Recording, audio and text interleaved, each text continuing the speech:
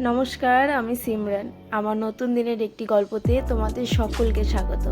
আশা করছি সবাই খুব ভালো আছো। বেনারস থেকে ফিরে সেদিনই সুব্রত চলে গেছে বাড়িতে, কারণ ওর ছুটি একদমই নেই। কিন্তু আমি থেকে গেছি কলকাতায়।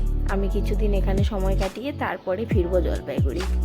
তবে বেনারস থেকে ফিরেই কিন্তু আমার প্রচণ্ড শরীর খারাপ হয়ে গেছিলো। প্রায় 5-6 দিন আমি একদম বিছানায় ছিলাম। এবার ধীরে ধীরে একটু শরীরটাও সুস্থ হয়েছে। তার সাথে কলকাতার এই বৃষ্টি কিছুতেই থামার নাম নিচ্ছে না। তবুও আজ আমরা বৃষ্টির মধ্যেই বেরিয়ে পড়েছিলাম। আজ চলে এসেছি কিন্তু অ্যাক্রোপলিসে মুভি দেখতে। আর আজকের মুভির ট্রিটটা পুরোপুরি ছিল আমার বোনের তরফ থেকে। আজ গেছিলাম আমরা ককটেল 2 দেখতে। ককটেল 2 মুভিটা নিয়ে অনেকেরই অনেক রকম রিভিউ আছে, সেরকম আমারও কিছু পার্সোনাল রিভিউ রয়েছে। আমি বলবো এখনকার জেনারেশনের প্রত্যেকটা ছেলে মেয়েদেরকে কিন্তু এই মুভিটা দেখা উচিত। এই মুভির যে ইনার মিনিংটা রয়েছে ভীষণ দারুণ।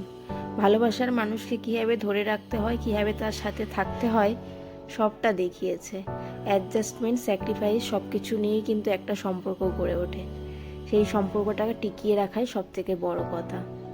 তো সেটাই কিন্তু এই মুভিতে খুব সুন্দর করে দেখিয়েছে।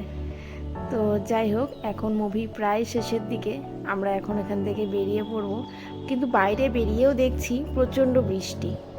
তো কী করা যাবে, বৃষ্টির মধ্যে আমরা বাড়ি চলে এসেছি। আর বিকেলবেলা কিন্তু একদম গরম গরম চা নিয়ে বসে পড়েছি। আর এত বৃষ্টির মধ্যে একটু এইসব না খেলেও হয় না, তাই কিন্তু মোমো অর্ডার করে নিয়েছিলাম।